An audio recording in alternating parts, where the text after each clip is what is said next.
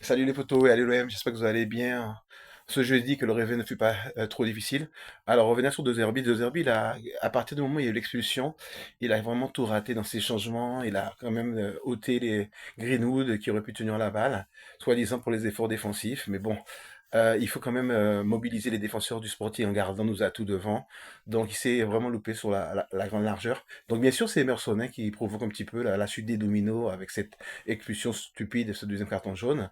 Mais par la suite, De Zerbi a complètement foiré. Franchement, je pensais qu'on aurait au moins pu avoir un point. Je m'attendais pas à une victoire hein, une fois quand on joue à 10, mais quand même garder un point du match nul face à une équipe du Sporting qui était vraiment très moyenne, je trouvais, qui n'a pas fait grand-chose hier, mais qui s'en sort quand même avec cette victoire. Voilà. Donc, franchement, c'est une déception. Il faudra maintenant battre l'Atalanta. Il n'y a plus de joker, bien sûr, dans cette Ligue des Champions si on veut aller plus loin.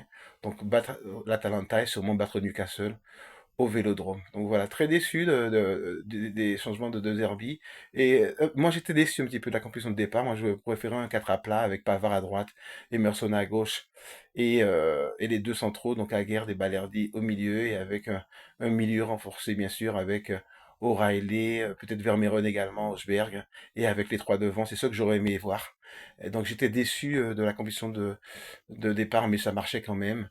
Puis par la suite, franchement, dès qu'il y a eu le carton rouge, De Zerbi a complètement perdu pied. Il a vraiment eu une tactique négative. Il parlait que de défendre, défendre. Il fallait résister. Non, on peut résister en attaquant. Même quand on est à 10 contre 11, il faut garder les points de fixation devant. Il faut garder Paxao qui est resté bien sûr, mais il fallait garder Greenwood absolument et garder Vermeeren sur le terrain qui a un impact physique. J'ai pas très bien compris pourquoi Vermeeren a été remplacé par O'Reilly.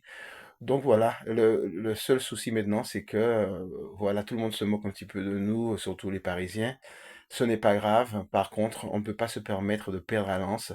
Il faut prendre au moins un point. Et même un point paraîtrait une défaite après cette déroute portugaise.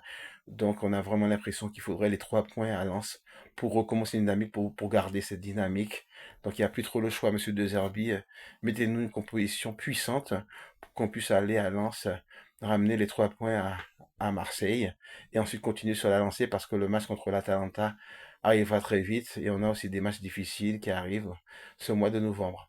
Donc voilà, je dirais 0 Emerson, mais 0 De Zerbi, j'ai même envie de lui mettre -10. Il a vraiment été catastrophique dans ses choix, dans son attitude. Hier, il a vraiment pas mérité son salaire. Monsieur De Zerbi, ressaisissez-vous et franchement, réfléchissez bien. C'est toujours la faute des joueurs, c'est jamais la vôtre. Hier encore, j'ai entendu aucun mea culpa. Donc, déçu de l'attitude de Zerbi. Allez l'OM, je vous aime.